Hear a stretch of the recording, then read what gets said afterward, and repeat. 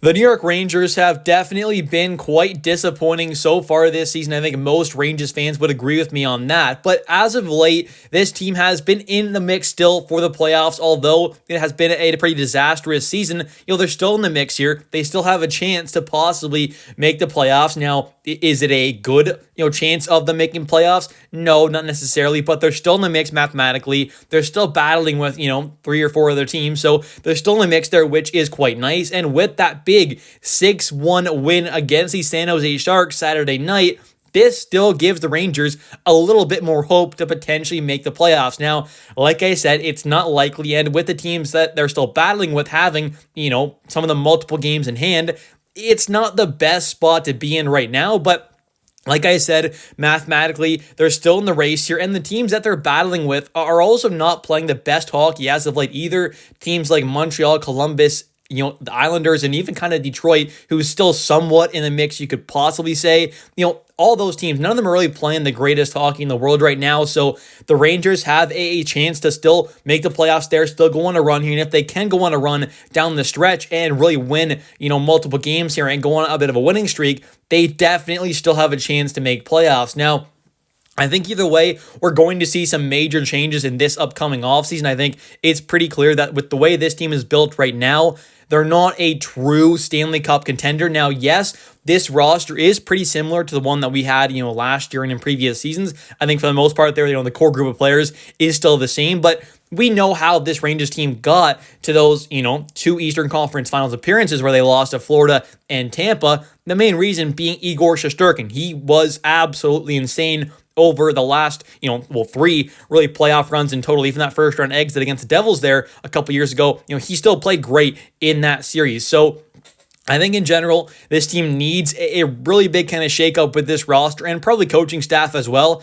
I think at this point here, almost no matter what happens, I think we're probably going to see a coaching change. Now, I definitely could be wrong, but I just have a feeling that we're going to see some kind of a big change with the coaching staff. I just think it would make a lot of sense here. Now, I don't necessarily think that, Peter Laviolette and the coaching staff is absolutely kind of 99% to blame for this, but I just think that you have to make some kind of big changes here. And I don't think, just trading away a guy like Crowder and Keandre Miller, let's say, and bringing in some guys is quite enough there. I think we need to see a coaching change. Now, like I said, I don't necessarily think it's mostly on Peter Laviolette, for example, there. I think, maybe like a guy like, Phil Housley has obviously done a pretty terrible job as the defense coach there.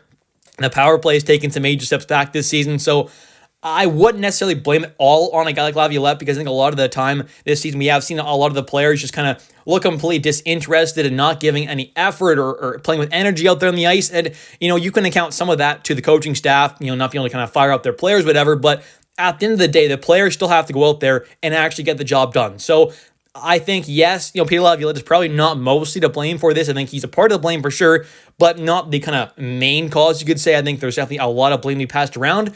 But I think it does make sense for the Rangers to kind of look at this and say, hey, we can fire our head coach here, Peter Laviolette. We can kind of make him the scapegoat.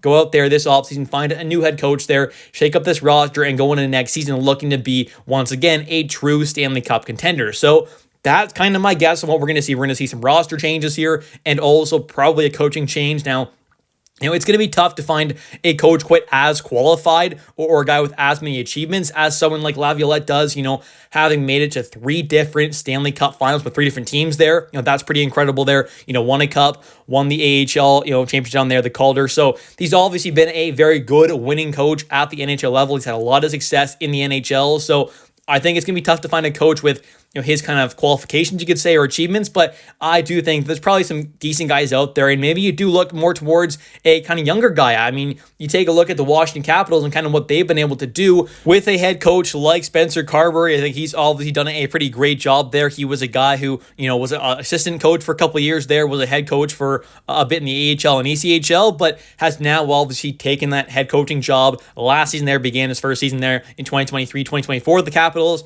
was a first-round exit there to the Rangers, and obviously this year they have been an absolutely insane team and have been much better than expected. And a lot of that you could definitely say is a part of the coaching that Spencer Carberry has obviously done. So I think going out there, maybe going after a bit more of a younger coach wouldn't be the worst idea in the world. Like I said, there's not really any guys going to be out there for the most part there that has the kind of qualifications of a guy like Laviolette. But maybe you go after younger coach there who has maybe a different kind of mindset there, a different kind of coaching philosophy might not be the worst idea in the world. And there's also a guy like David Carl out there, the kind of top coach and the college ranks right now. He's obviously got a lot of hype around him, being that world junior coach there for Team USA as well.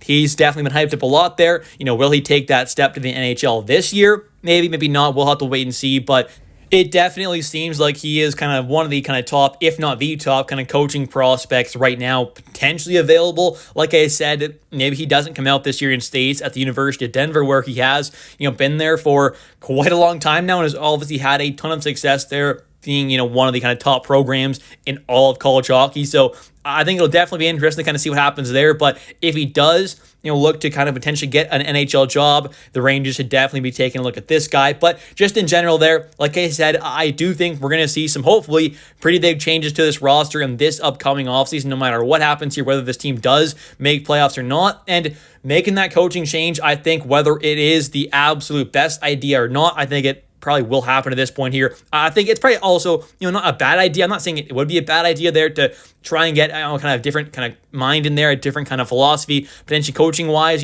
just to kind of shake things up here. And if this team can truly, make some more kind of, core changing moves by shipping out a guy like Chris Kreider and Keandre Miller, maybe it is time to then, get that new coach in there to kind of help with that switch of kind of the core group of players. But I think it's pretty clear that Chris Drury is trying to switch this core group of guys now. It's not, like the Chris Kreider, the Mika Zibanejad, the Foxy, and like the, Filipino and all that kind of stuff anymore in the Jacob Trouba. It's now guys like, JT Miller, Trocheck, Foxy, Lafreniere, Cooley, Braden Schneider, these kind of guys here. So I think we're definitely trying to at least kind of switch up this core here, which is nice. I think this offseason we need to see more of that happen, but I'm assuming it will happen there with hopefully guys like Kreider and Keandre Miller both getting dealt away. I think that would be a nice kind of switch up for this roster here.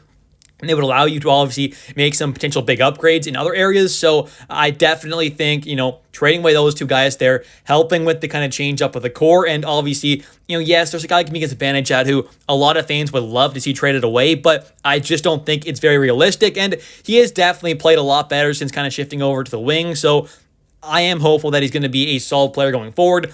Don't expect him to be that, obviously top line kind of center like we kind of, signed him to be and kind of thought he could be at a moment there, because he definitely has had quite a few moments in the NHL when he has been absolutely phenomenal, but we definitely know he is a very inconsistent player as of late, and over the last couple of seasons here, he's definitely been kind of more on the decline, but since going over to wing, he's been a lot better. So I think keeping him around is probably what's going to happen, and is probably going to be okay, although yes, getting all that money off the books there would be nice, but it's just not very realistic to happen, in my opinion. But just in general, I think this team definitely still obviously has a shot at the playoffs there. Is it likely? No. Can it happen? Yes. And am I hopeful it's going to happen? Absolutely. I want to see this team make playoffs there. Ideally, this team does give up their first round pick in this year's draft. So that is also another reason kind of why I am very hopeful that this team will make playoffs, or at least kind of, finish with like a 14th or 15th pick or like 13th pick, something like that there, to kind of be able to give that pick away, because I just think that if this team can give up their first round pick in this year's draft, where it's not seemingly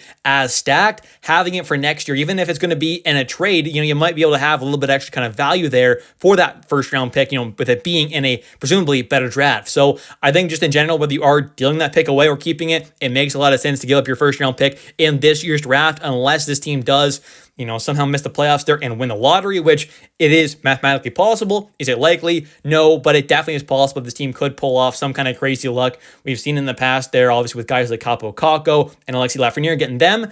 Obviously didn't quite work out there, but maybe, the third time's a charm there, winning the lottery, and you can pull off something magical for this Rangers team, potentially. But anyways, thank you all so much for watching. If you have enjoyed this video, definitely don't forget to hit that like and subscribe button for daily New York Rangers content. And also definitely don't forget to comment down below your thoughts on the New York Rangers. Did you enjoy this video? And also, what are your thoughts on kind of, the potential kind of coaching candidates to replace a guy like Peter Laviolette? If he does get fired, do you want to see it be someone like David Carl? Do you want to see it be more of a veteran coach like a Laviolette? Or do you want to see it be more like a younger guy like a Spencer Carberry? Let me know your thoughts in the comment section down below. I'll catch you next one, and let's go Rangers.